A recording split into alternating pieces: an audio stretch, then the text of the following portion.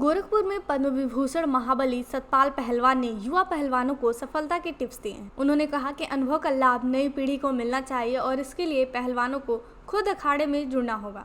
पद्म विभूषण महाबली सतपाल पहलवान रविवार को गोरखपुर पहुंचे। यहां खोरावर के कालिंदीपुरम स्थित राकेश सिंह पहलवान के आवास पर कुश्ती के दिग्गजों से और युवा पहलवानों से मिले। इस दौरान उन्होंने पहलवानों को सफलता के टिप्स दिए। और क्या कहना चाहेंगे? नहीं, बहुत खुशी हो रही है और 10 साल बाद आया हूँ मैं गोरखपुर में। 10 साल पहले राकेश पहलवान ने यहाँ प्रोग्राम रखा था और आज मेयर साहब भी यहाँ साथ हैं, तो इतना खुशी हो रही है।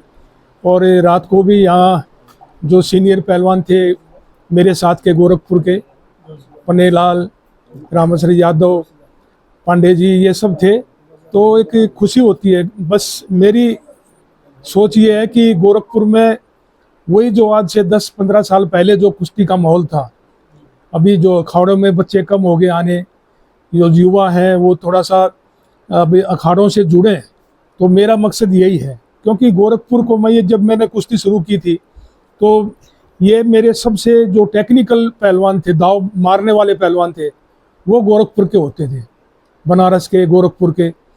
और आज वो चीज़ें, प्रथा बहुत कम हो गई है। तो एक बच्चों का, क्योंकि अभी मेरे 6 शिष्यों के ओलंपिक मेडल हैं और मैं यही चाहता हूं कि कोई ऐसे बच्चे भी 1-2 गोरखपुर से जो टैलेंटेड बच्चे हैं वो दिल्ली में मेरे पास छत्रसाल स्टेडियम में आए और उनको मैं ओलंपिक के लिए तैयार करूं। क्योंकि हमारी ये जो संस्था है ये गुरु हनुमान जी की संस्था है। मेरे गुरुजी थे गुरु हनुमान जी, और राकेश पहलवान जी भी मेरे साथ करीबन 6-7 साल इन्होंने पहलवानी करी वहाँ दिल्ली में। तो एक अच्छा माहौल, मेरी कहने का मतलब है कि जो हमारे युवा हैं बच्चे, वो नशों से बचें, बुराइयों से बचें, वो एक ऐसे उसमें आए, चाहे उन्होंने डॉक्टर बनना है, इंजीनियर बनना है, खिलाड़ी बनना है, लेकिन फिजिकली फिट हो। वो चीज़ें बहुत ज़रूरी है और असंभव कोई चीज़ नहीं है। अगर आपका लक्ष्य मजबूत है, आप मेहनत करते हैं, तो हर चीज़। मैं जब गाँव से आया था तो मैं अपने गांव का तगड़ा होने के लिए आया था। मैं जानता भी नहीं था एशियाड, कॉमनवेल्थ गेम ये क्या है, या भारत के श्री रुस्त, कुछ भी नहीं जानता था।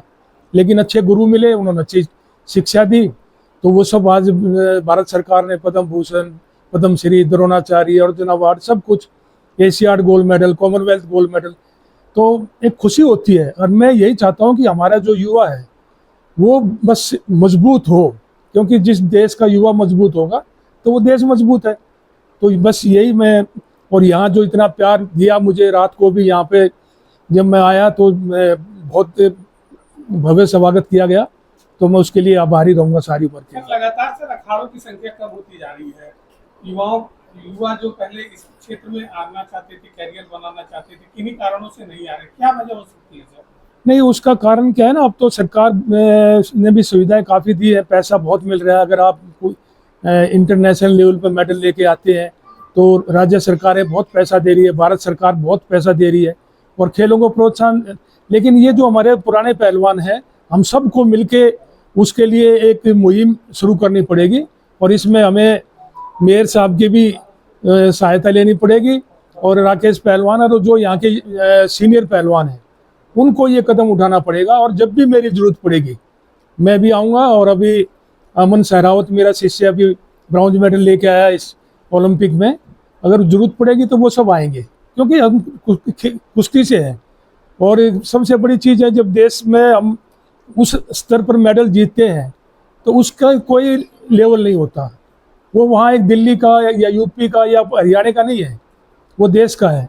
तो मैं यही चाह रहा हूँ कि एक बार दोबारा से यहाँ गोरखपुर में अच्छा माहौल बने, और हमारे युवाओं से भी मैं ज़्यादा से ज़्यादा यही निवेदन कर रहा हूँ कि आप अखाड़ों में जुड़ना शुरू करें। सर, आप पहलवानों से मिलने आए हैं, तो पूर्वी यूपी जो 2-3 दशक पहले जो गढ़ हुआ करता था पहलवानों का, लेकिन आज अगर देखा जाए तो हरियाणा की तरफ पहलवानों का रुझान ज़्यादा हो गया, वहाँ से पहलवान ज़्यादा निकल रहे हैं, लेकिन इधर से कम निकल रहे हैं। क्या वजह मानते हो? अंतर्राष्ट्रीय स्तर पर क्या लगता है अभी रेसलिंग कहाँ तक पहुँच पाई है? भारत की छवि क्या है?